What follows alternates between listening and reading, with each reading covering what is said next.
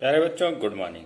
कक्षा 5 की गणित की पुस्तक में आज का विषय है दशमलव का जोड़ और घटाना। दशमलव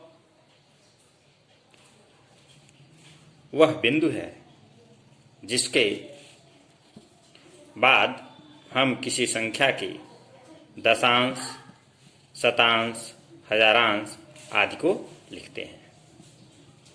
जैसे यहाँ देखिए, ये संख्या है 47। बीच में ये दशमलव लगा हुआ है। इसके बाद ये 6 जो है वो दशांश है और 9 जो है वो शतांश है। इसको पढ़ेंगे कैसे? 47.69। इस तरह से इस संख्या को हम लोग पढ़ेंगे। इस पाठ में सबसे पहले यहाँ दशमलव संख्याओं को आरोही और अवरोही क्रम में, असेंडिंग एंड डिसेंडिंग ऑर्डर में लिखने के लिए बताया गया है। कौन सी संख्या बड़ी है, कौन छोटी है, यहाँ हम अंकों को गिन करके पता नहीं लगा सकते हैं, बल्कि ये जो बीच में दशमलव लिखा हुआ है, दशमलव लगाया गया है, इस दशमलव के बाएं अथवा दाहिने कितने अंक हैं उससे जानते हैं। जैसे यहाँ देखिए, ये लिखा हुआ 15.05। यहाँ लिखा हुआ है 4.382। यहाँ लिखा हुआ है 10.24। अब देखिए, यहाँ लिखा हुआ है 17.5। यहाँ 3 ही अंक हैं, लेकिन यहाँ 4 अंक हैं।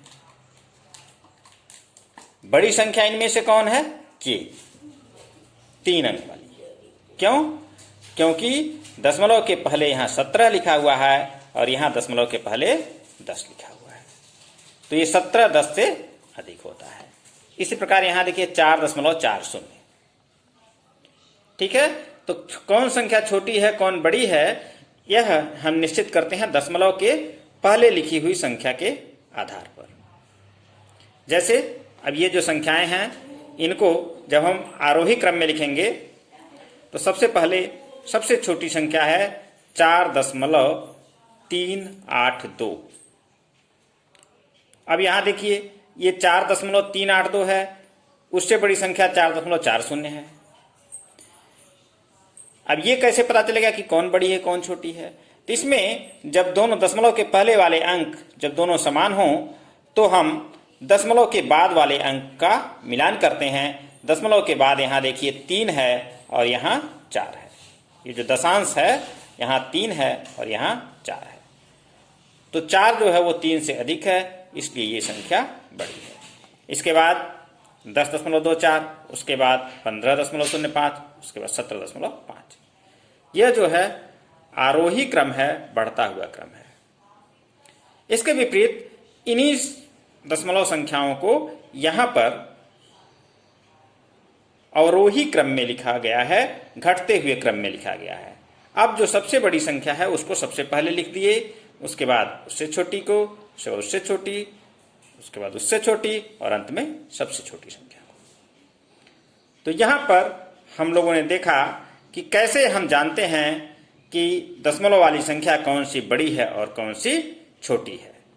इसी प्रकार से आप लोग यहाँ दी गई संख्याओं को आरोही और अवरोही क्रम में लिखिएगा।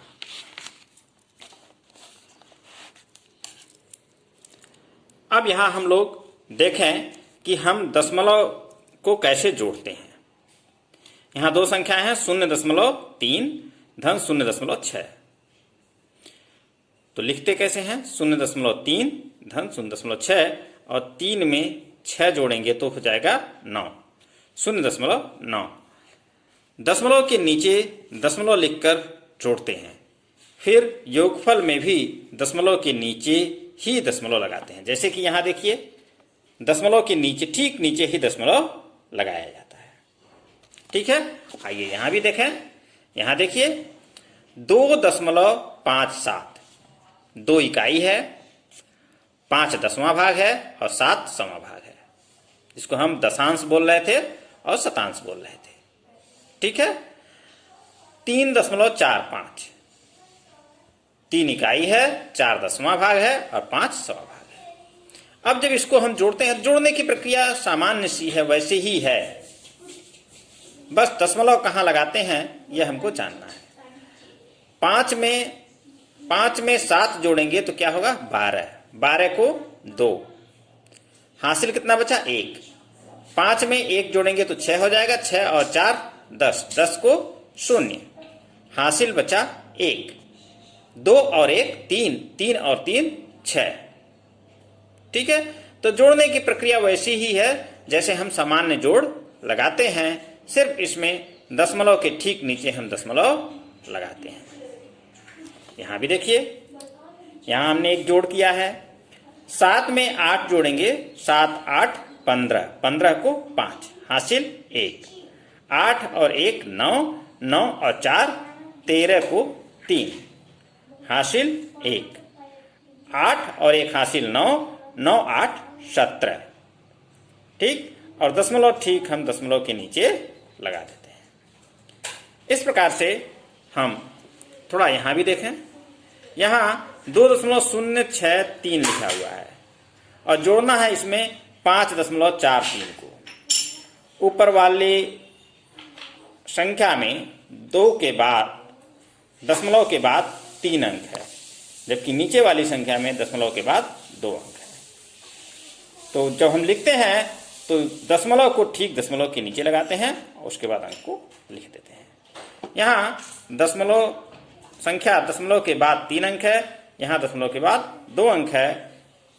यहाँ दशमलव के बाद के अंकों की संख्या बराबर करने के लिए शून्य बढ़ाया गया है। यहाँ देखिए, इसी चीज को यहाँ ऐसे लिख दिया गया, क्योंकि दशमलव के बाद अगर 2 अंक है तो तीसरा अंक अगर हम शून्य लिख देते हैं तो उसका कोई मतलब नहीं है। ठीक है, अब 3 में शून्य जोड़ेंगे 3, 6 3 9, 4 में शून्य जोड़ेंगे 4 और 5 2 7, 7.493। तो जोड़ने और घटाने की प्रक्रिया ठीक वैसी ही है जैसे हम सामान्य जोड़ करते हैं। अंतर क्या है? अंतर है कि दशमलव कहाँ लगेगा, तो जोड़ और घटाने में दशमलव ठीक दशमलव के नीचे ही लगता है। ठीक है, यहां देखिए, यहां घटाने की प्रक्रिया बताई गई है। 0.6 ऋण 0.4, 6 में से 4 घटाएंगे कितना बचेगा? 2। दशमलव दशमलव के नीचे लगा देंगे और 0 में से 0 घटाएंगे 0। ठीक, इसी प्रकार से इसे भी देखिए, 8.05 ऋण 6.78। अब कैसे घटाएंगे? 5 में से 8 नहीं घटेगा तो 0 में से उधार मांगेंगे, 0 के पास कुछ है ही नहीं। फिर 8 में से हम एक दहाई को उधार लेंगे तो यहाँ 10 हो जाएगा। फिर यहां से एक दहाई उधार लेंगे तो यहाँ 15 हो जाएगा। 15 में से 8 घटाएंगे तो 7 बचेगा। ठीक, यहाँ कितना बचा? 9। 9 में से 7 घटाएंगे तो 2 बचेगा। यहाँ कितना बचा? यहाँ 7 बचा। 7 में से 6 घटाएंगे तो 1 बचेगा। कितना आ गया उत्तर? 1.27। दशमलव जो है दशमलव के ठीक नीचे लगा देंगे। हमें लगता है आप लोगों को ये समझ में आ गया होगा। एक वर्तिका का प्रश्न देखते हैं। अजय ने जनता मेडिकल्स से एक दवा 18.45 रुपए में और दूसरी दवा 17.85 रुपए में खरीदी। दुकानदार को अजय ने कुल कितने रुपए दिए? पहली दवा का मूल्य 18.45 रुपए, दूसरी दवा का मूल्य 17.85 रुपए। अब इनको हम जोड़ देंगे। 5 में 5 जोड़ेंगे 10, 10 को 0 हासिल 1, 8 1 9, 9 4 13 को 3 हासिल 1, 7 1 8, 8 8 16 को 6 हासिल 1, 1 1 2 और 1 3। 36 रुपए 30 पैसे में उन्होंने दवा खरीदी थी। ठीक है, तो ठीक दशमलव के नीचे यहां भी हम दशमलव को लगाते हैं। इसी प्रकार से हम घटाव की भी क्रिया कर सकते हैं। जैसे ये प्रश्न देखिए, मध्याह्न भोजन योजना के तहत यदि प्राथमिक विद्यालय में 4.13 तथा माध्यमिक विद्यालय में 6.18 एक बच्चे पर खर्च करने के लिए मिलता है, तो बताओ प्राथमिक विद्यालय को पूर्व माध्यमिक विद्यालय से कितने रुपए कम मिलते हैं। तो क्या करेंगे, 6.18 में से 4.13 को घटा देंगे।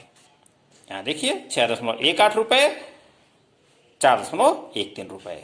8 में से 3 गया 5, 1 में से 1 गया 0 और 6 में से 4 गया 2। कितने रुपए कम मिलते हैं, 2 रुपया 5 पैसे। 2.05 रुपए जो है वो कम मिलते हैं पूर्व माध्यमिक विद्यालय की अपेक्षा प्राथमिक विद्यालयों को। ठीक है, तो इसी तरह से आप सभी लोग ये अभ्यास में दिए गए सभी प्रश्नों को हल करेंगे। यह ठीक वैसा ही है जैसा कि जोड़ आप लोग लगाते आए हैं। सिर्फ आपको यह जानना है कि दशमलव कहाँ लिखना है और दशमलव वाली संख्या को कैसे पढ़ना है। होता क्या है कि जैसे यहां लिखा हुआ है 7.91, तो बच्चे पढ़ते क्या है 7.91, ऐसे पढ़ते हैं आप लोग। ऐसे नहीं पढ़ना है, पढ़ना कैसे है 7.91, 7.8, 6.95। इस प्रकार से हम इन संख्याओं को, दशमलव वाली संख्याओं को पढ़ेंगे। ठीक है, उम्मीद करते हैं कि आप लोग दशमलव वाली संख्याओं का जोड़ और घटाना सीख गए होंगे, उसे पढ़ना सीख गए होंगे। मिलेंगे अगले पाठ में, तब तक के लिए धन्यवाद, नमस्कार।